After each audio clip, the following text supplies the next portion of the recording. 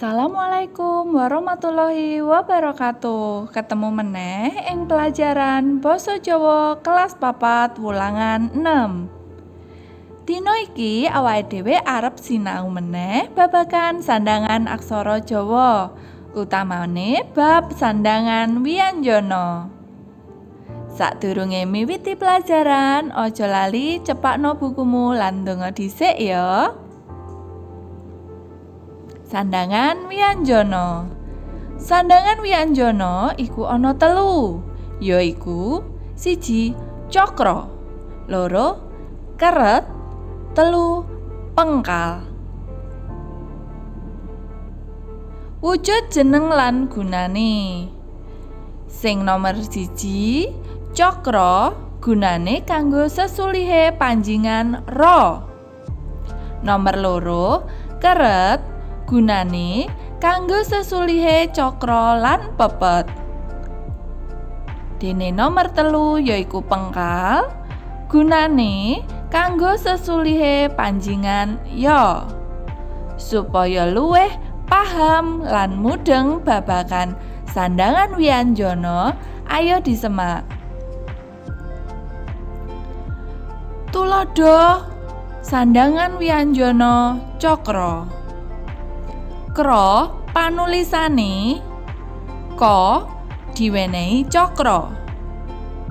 Conto utawa tuladhane ing ukara yaiku kramas. Panulisane ka diwenehi cakra, ma sa dipangku.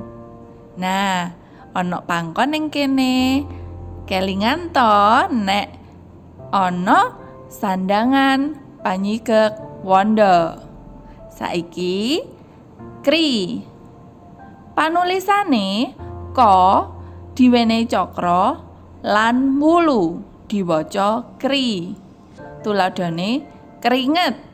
Nah, panulisane ka diwenehi cakra lan wulu, kri, nga diwenehi pepet lan to kang dipangku diwaca kringet. Kru. Panulisane ka diwenehi suku dhisik, nembe diwenehi cakra. Gatekno bentuk panulisane. Tuladhane krupuk. Ka diwenehi suku lan cakra, pa diwenehi suku lan ka dipangku diwaca krupuk. Saiki kre. Kre panulisane ka diwenehi cakra lan ngarepe diwenehi taling. Tuladhane kreta. Ka diwenehi taling lan cakra lan ta. Saiki kra. Ka diwenehi cakra lan ngarep mburine diwenehi taling tarung. Diwaca kro. Kroco. Ka diwenehi cakra taling tarung lan ca diwenehi taling tarung. Diwaca kroco. Nah, gampang to babagan sandangan wianjana cakra. Saiki ayo dibacotne. Keret. Tuladhane kremeng. Panulisane ka diwenehi keret diwaca kre, ma diwenehi pepet lan cecak diwaca kremeng. Tuladha kaping pindho yaiku kretek. Ka diwenehi keret diwaca kre, ta diwenehi pepet diwaca te, lan ga dipangku kanggo panyigek wanda g diwaca kretek. Saiki kang pungkasan yaiku pengkal. Gatekno panulisane.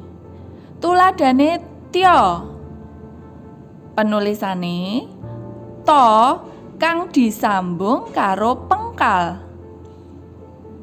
Tembung setya penulisane so diwenehi pepet se, to diwenehi pengkal, ko diwenehi wulu, diwaca setyaki. Nah, yen bya tuladhane gebyar. Go diwenehi pepet diwaca ge, bo diwenehi pengkal lan layar diwaca byar. Dadi gebyar. Nah, saiki tuladha pengkal ing kalimat. Kyai Ali Makmur. Panulisane kayata ngene iki. Gendenge kepyur. Klapa kopyor. Gebyar pariwisata. Cagak empyak.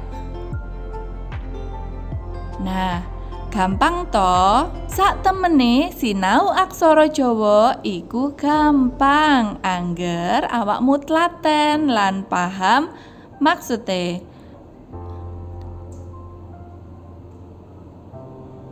Matur nuwun sampun nyemak, ampun kesupen, like, komen lan subscribe ya.